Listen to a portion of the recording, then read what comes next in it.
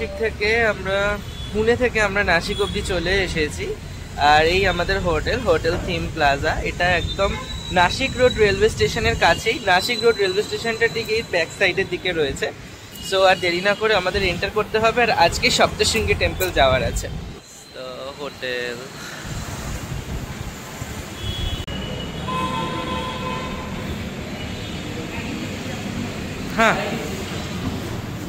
Hotel theme প্লাজাতে চলে এসেছি। আর দেখতেই পাচ্ছেন হোটেলে ঢুকে পড়ছি।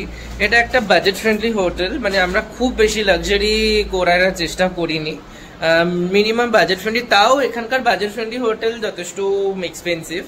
আমি MMD থেকে বুক করেছিলাম, আমাদের অনেকটা কমই পড়েছিল। আমি পরে সব ডিটেলস দিয়ে দিচ্ছি। এই একটা কভার দিয়েছে এখানে জিনিসপত্র রাখার, জাস্ট কোনো কিছু হ্যাং ট্যাং করতে হলে, বিকজ সবকিছুই আমাদের মোটেই, আর যেগুলো শোকানোর থাকে সেগুলো জাস্ট হ্যাং করি। আমি একটা বেড রয়েছে, just a very normal bed. আমাদের আগের মানে যেখানে আমরা ছিলাম রুমটাতে ওটা বেটার ছিল, মানে পুনেতে। এখানে এসি চলছে, ভালোই ঠান্ডা। আর এদিকে আর আমি বাথরুমটা একটু দেখিয়ে দিই। মেন যেটা, পরিষ্কারত্বটা তো দরকার। পরিষ্কারত্বটা না থাকলে খুব প্রবলেম, যেটা আমি সবসময় বলি। একদম নিট অ্যান্ড ক্লিন আছে সবটা, আমি জাস্ট সেটাই দেখাচ্ছি। যদি কেউ আসো, নাসিক রেলওয়ে স্টেশনের পাশেই, দূরে নয়, এখান থেকে 500 মিটার ওয়াকিং ডিস্টেন্স, মানে 10 মিনিটস হার্ডলি লাগবে রেলওয়ে স্টেশন পৌঁছাতে। আমি একটু দেখিয়ে দিই বাইরের ভিউটা। আমাদের এখানে যে পুরো কাটা রয়েছে, আমি একটু বাইরের ভিউটা দেখিয়ে দিই। সি, একটা বিশাল বড় মিরর পাওয়া যাচ্ছে, মানে গ্লাস লাগানো একটা বড় জানলা, যেখান থেকে একদম স্ট্রেট যদি তাকানো যায়, এখানে চূড়াটা দেখা যাচ্ছে। এটা হলো মুক্তিধাম মন্দিরের চূড়া। আমাদের এখান থেকে 2-3 মিনিটের হাঁটা ডিস্টেন্স হচ্ছে মুক্তিধাম মন্দির।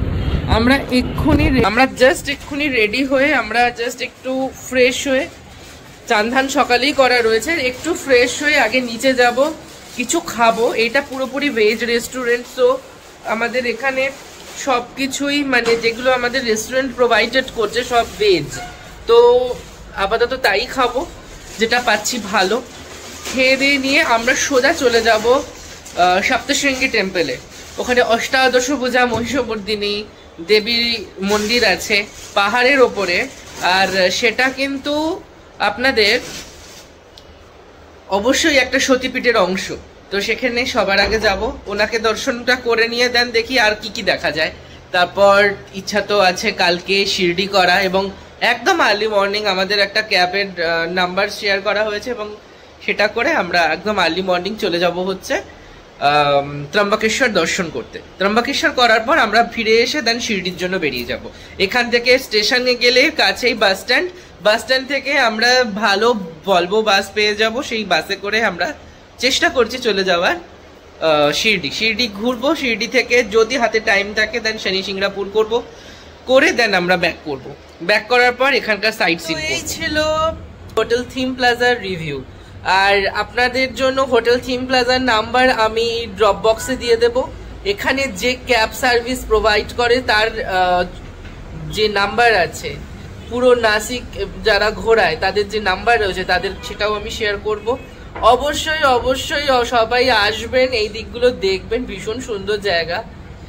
আজকের মতন এইটুকুই, বাই। সুরাজ ব্লগের সাথে থাকুন, পাশে থাকুন, আর অবশ্যই একটু সাবস্ক্রাইব আর লাইক করে দেবেন। একটু সাপোর্ট, এটার ভীষণ দরকার আমাদের। আপনাদের সাপোর্ট না থাকলে কিন্তু চ্যানেলটা দাঁড়াবে না। চ্যানেলটাকে দাঁড় করান। আমি আরো অনেক ভালো জায়গায় যাব, ভালো জিনিস তুলে ধরার চেষ্টা করি এবং করতে থাকবো, আমি আর সুদীপ দুজনেই।